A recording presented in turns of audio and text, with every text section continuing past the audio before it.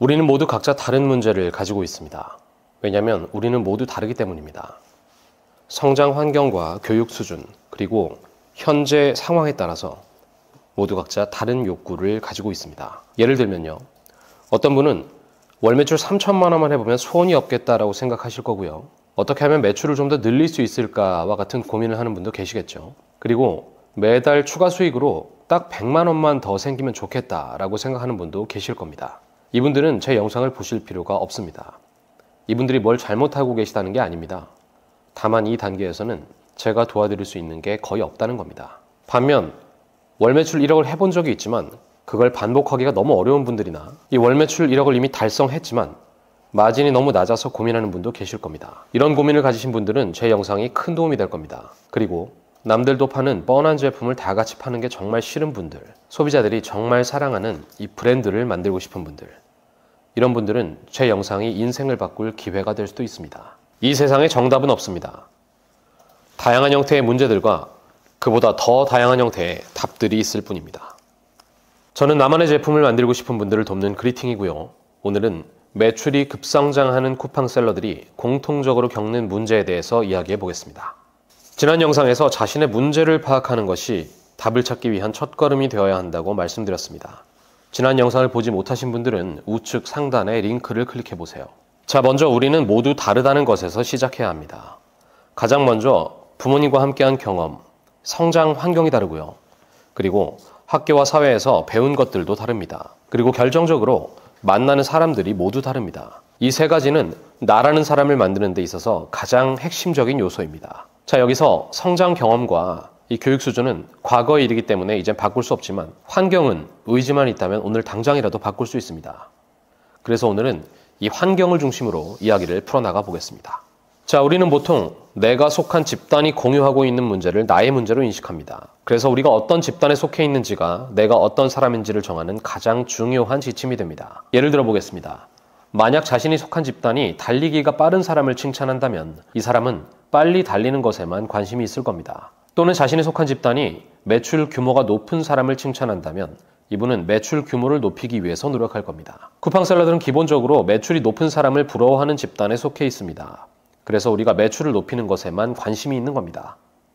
그리고 이 과정에서 실제로 높은 매출을 달성하는 분들은 나오기 마련입니다. 하지만 한 번 월 매출 1억을 달성했지만 다시는 그런 매출을 본 적이 없는 분들 정말 많고요. 이제 1억의 매출이 안정적으로 나오는데도 불구하고 마진이 너무 적어서 고민하는 분들도 생각보다 많습니다. 하지만 지금까지 하던 것들을 당장 멈출 수가 없고 결정적으로 어디서부터 무엇이 잘못됐는지 알아내는 것은 너무 고통스럽습니다. 보통 이 무렵에 저를 많이 찾아오십니다. 제 수강생분들 중에는 실제로 다른 채널에서 높은 매출을 달성한 것을 축하하며 인터뷰까지 하셨던 분들이 꽤 계십니다. 왜 이런 일이 발생하는 걸까요? 근본적인 이유는 바로 대부분의 매출이 단지 높은 수요를 찾아내고 그걸 제때 공급해서, 그러니까 빈칸을 채워서 만들어낸 매출이기 때문입니다. 시즌템으로 이런 형태의 매출을 내본 분들은 대부분 알고 계실 텐데 작년에 잘 팔았던 제품은 올해는 이상하게 잘 안 되는 경우가 많습니다. 그 이유는 여러 가지가 있을 수 있지만 가장 중요한 이유는 그 사이에 경쟁자들이 너무 많아졌기 때문입니다. 작년에는 분명히 빈칸이었던 제품군이 올해는 경쟁자들로 가득 찬 지옥이 되어버렸기 때문인 거죠. 예전에는, 그러니까 쿠팡이 아직 셀러가 부족하던 시절에는 실력이 전혀 없어도 높은 매출을 만들어내는 것이 어렵지 않았습니다. 그저 쿠팡이 만들어낸 압도적인 수요에 물건을 공급하기만 하면 됐으니까요. 하지만 이제는 실력이 부족한 셀러들이 남들이 모두 파는 제품을 공급하면서 높은 수준의 안정적인 매출을 만드는 것은 사실상 거의 불가능해졌습니다. 작년과 같은 매출을 만들고 싶다면 작년보다 더 싸고 좋은 제품을 가져와야 합니다. 그리고 이걸 매번 성공하는 일은 정말 쉽지 않습니다. 수요와 공급의 원칙은 절대 변하지 않는 시장의 기본 작동 원리입니다. 그리고 지금 쿠팡은 공급 과잉에 들어갔습니다. 한때 모든 셀러들에게 열려있던 쿠팡의 문은 점점 좁아지고 있습니다. 쿠팡은 이제 경쟁력 없는 제품을 파는 셀러들은 나가라고 말하고 있습니다. 자, 이제 왜 제가 제 문제의 핵심을 남들이 파는 것을 나도 팔고 있는 것이라고 설정했는지 이해가 되시나요?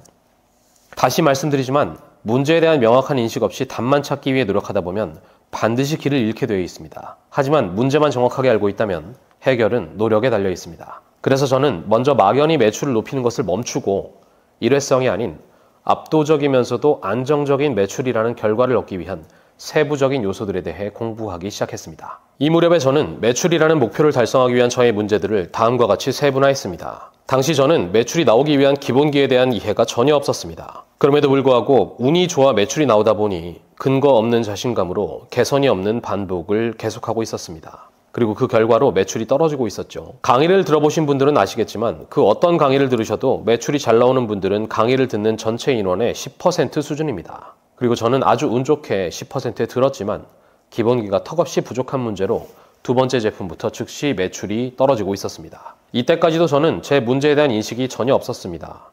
그냥 다음에는 잘 되겠지 하는 마음으로 마치 도박을 하듯이 다음 제품에 또 큰 돈을 투자합니다. 자, 그렇게 세 번째 제품을 세팅하면서 이제까지와는 전혀 다른 새로운 문제에 직면하게 됩니다. 자, 제가 직면한 문제를 말씀드리기 전에 온라인셀러로 성공하기 위해서 기본적으로 갖춰야 할 4가지 능력을 소개하겠습니다. 위 4가지 능력은 예전에 저처럼 막연히 매출이 잘 나왔으면 좋겠다라고 생각하는 분들은 별로 관심이 없는 이야기입니다. 이런 분들의 특징은 바로 특정 제품을 찾아다닌다는 겁니다. 복잡한 과정과 별다른 노력이 없이 그냥 즉시 돈을 벌 수 있는 제품에 집착합니다. 이걸 제가 잘 아는 이유는 제가 정확히 이랬거든요. 하지만 조금만 생각해보면 이 4가지 능력이 골고루 갖춰져 있지 않다면 아무리 좋은 제품을 갖다 줘도 절대로 높은 매출을 달성할 수 없습니다. 이미 잘 아시겠지만 막연히 매출이 잘 나왔으면 좋겠다고 생각하는 것은 실제로 매출이 잘 나오는데 그 어떤 도움도 되지 않습니다. 전형적으로 문제는 모르지만 막연히 답을 찾는 거니까요. 내 문제를 정확하게 알고 싶으면 먼저 최종 목표를 적고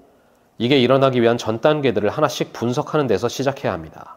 자, 이 매출이 나왔다는 건 마케팅을 잘했다는 뜻이고요. 마케팅이 잘 됐다는 건 상세 페이지와 썸네일이 아주 훌륭하다는 뜻입니다. 상세 페이지와 썸네일이 고객에게 어필을 한다는 것은 그만큼 좋은 제품을 가져왔다는 것이고요. 좋은 제품을 가져왔다는 것은 좋은 기획이 있었다는 뜻입니다. 이 중 하나라도 부족한 분들은 엄청난 운이 있지 않다면 매출이 잘 나올 수가 없습니다. 반면 매출이 잘 나오고 계신 분들은 이 능력을 비교적 골고루 갖추신 겁니다. 이 4가지 능력은 서로 협응하여 시너지 효과를 내는 능력입니다. 어떤 항목이 약간 부족하다고 할지라도 다른 능력이 압도적이면 일정 수준의 매출로는 이어질 수 있습니다. 반면 4가지 능력이 모두 발달한 사람이 약간의 운을 만나면 그렇지 않은 분들은 꿈도 꾸지 못하는 압도적인 매출을 만들어냅니다. 따라서 온라인 셀러들은 모두 먼저 내가 어떤 능력이 부족한지에 대해서 정확히 알아야 하고 그 부족한 능력을 집중적으로 공부해야 합니다. 자, 이렇게 항목으로 분류해서 보니까 좀 새롭게 느껴지시죠? 여기서 다른 항목들은 어느 정도 이해가 가실 수도 있지만 이 공급처 확보가 무슨 뜻인지 이해가 잘 안 되는 분들이 많을 겁니다. 그래서 오늘은 공급자 선정에 관련해서 매출이 급성장하는 쿠팡셀러들이 공통적으로 겪는 문제점을 하나 이야기해 보겠습니다. 이 이야기는 다른 유튜브에서는 하지 않는 이야기입니다. 잘 들어보시기 바랍니다. 자, 여기 쿠팡셀러 A가 있습니다. A는 운이 좋아서 매출이 상승합니다. 이 무렵에는 세상이 다 내 것 같고 내가 굉장히 재능 있는 사람으로 느껴집니다. 남들은 다 매출 부진에 빠져 있는데 나만 홀로 월 매출 5천, 1억을 하고 있습니다. 그리고 이 무렵에 처음으로 1688에서 수입을 시도하게 됩니다. 도매국에서는 내가 판매하는 물량을 감당할 수도 없고 결정적으로 1688에서는 도매국의 거의 절반 가격에 물건을 구할 수 있습니다. 그렇게 처음으로 1688에서 수입을 진행해보면 생각보다 어렵지 않다는 것을 알게 됩니다. 그렇게 꽤 큰 물량을 수입해서 판매해보는 경험을 쌓습니다. 그리고 이 무렵에 생각지도 못한 문제가 생기는데요. 성공적인 1차 수입 물량을 다 판매하고 나면 2차 수입 시에 1688 판매자에게 사기를 당합니다. 정확하게 말하면 1688에서 같은 판매자에게 똑같은 물건을 구매했는데 1차 수입 제품과 전혀 다른 제품이 오는 겁니다. 자, 지금부터 그 이유를 설명해 드리겠습니다. 자, 1688에는 수많은 판매자들이 있습니다. 그리고 그 중에 공장을 운영하는 판매자는 10%도 되지 않습니다. 운이 정말 좋아서 공장을 직접 운영하는 판매자를 만났다고 해도 그 공장은 사실 아주 영세한 공장일 가능성이 큽니다. 1688 공장은 우리가 생각하는 제대로 된 공장이 아닙니다. 직접 가보면 흙바닥에서 재봉틀 10대 놓고 일하는, 그러니까 가내수공업의 규모를 키우고 있는 아주 영세한 공장일 가능성이 매우 높습니다. 이걸 제가 어떻게 알게 됐냐면요.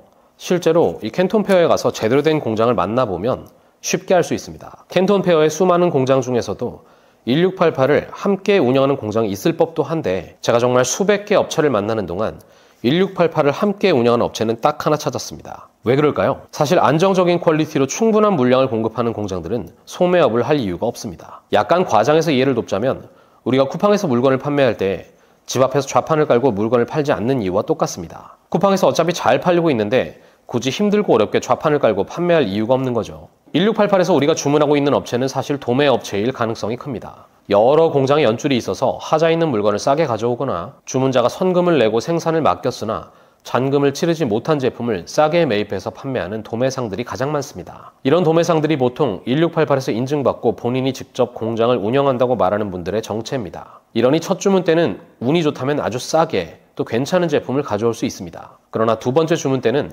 그 물건이 더 이상 없기 때문에 대충 비슷하게 생긴 제품을 더 싸게 구해서 보내는 겁니다. 실제로 저도 잘 판매하던 제품을 재주문한 경우에는 거의 항상 처음과는 다른 제품을 받았습니다. 색상의 톤이 약간 다른 경우는 그나마 나은 경우입니다. 때로는 제품의 재질이 달라지거나 아예 전혀 다른 제품을 보내는 악질 판매자들도 있습니다. 물론 아주 예외적으로 1688에서 물건을 안정적으로 공급받는 분들도 계십니다.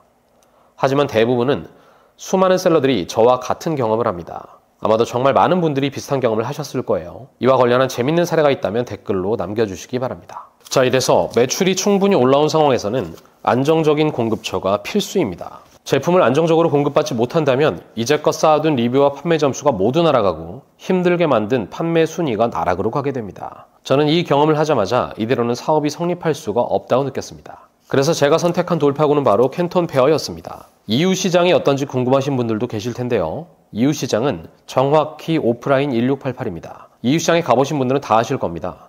수많은 업체에서 다 똑같은 제품을 판매하고 있습니다. 그나마 좀 특별한 제품을 판매하는 업체도 아주 드물게 있긴 하지만 그 업체조차도 공장을 직접 방문하면 역시나 대부분 이 가내수공업, 아주 영세한 수준의 공장일 가능성이 높습니다. 반면 캔톤페어는 완전히 다른 수준의 공급업체를 만날 수 있습니다.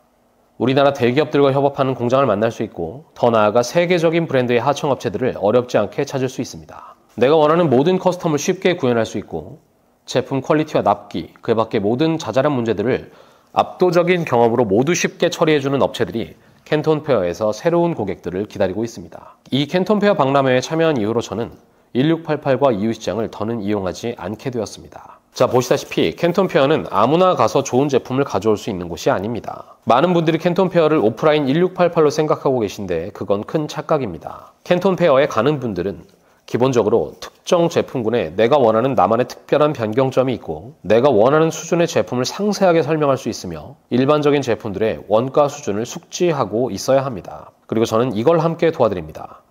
2회의 사전교육과 과제 수행을 통해서 이 부분을 완전히 정리한 채로 출발합니다. 자, 그러니까 정리하면 1688과 이웃시장은 제품을 찾으러 가는 곳이고 캔톤페어는 이 제품을 만드는 공급처를 찾으러 가는 곳입니다. 아직 이 단계에 오지 못한 분들은 이웃시장에 먼저 방문해 보시는 것을 추천합니다. 2025년 4월 15일부터 약 한 달간 캔톤페어 박람회가 열립니다. 저는 이번에도 수강생 대표님들과 함께 캔톤페어에 갈 예정입니다. 3월 14일부터는 8기 유료 강의가 시작됩니다. 8기 강의 종료와 동시에 캔톤페어 박람회가 시작되고요.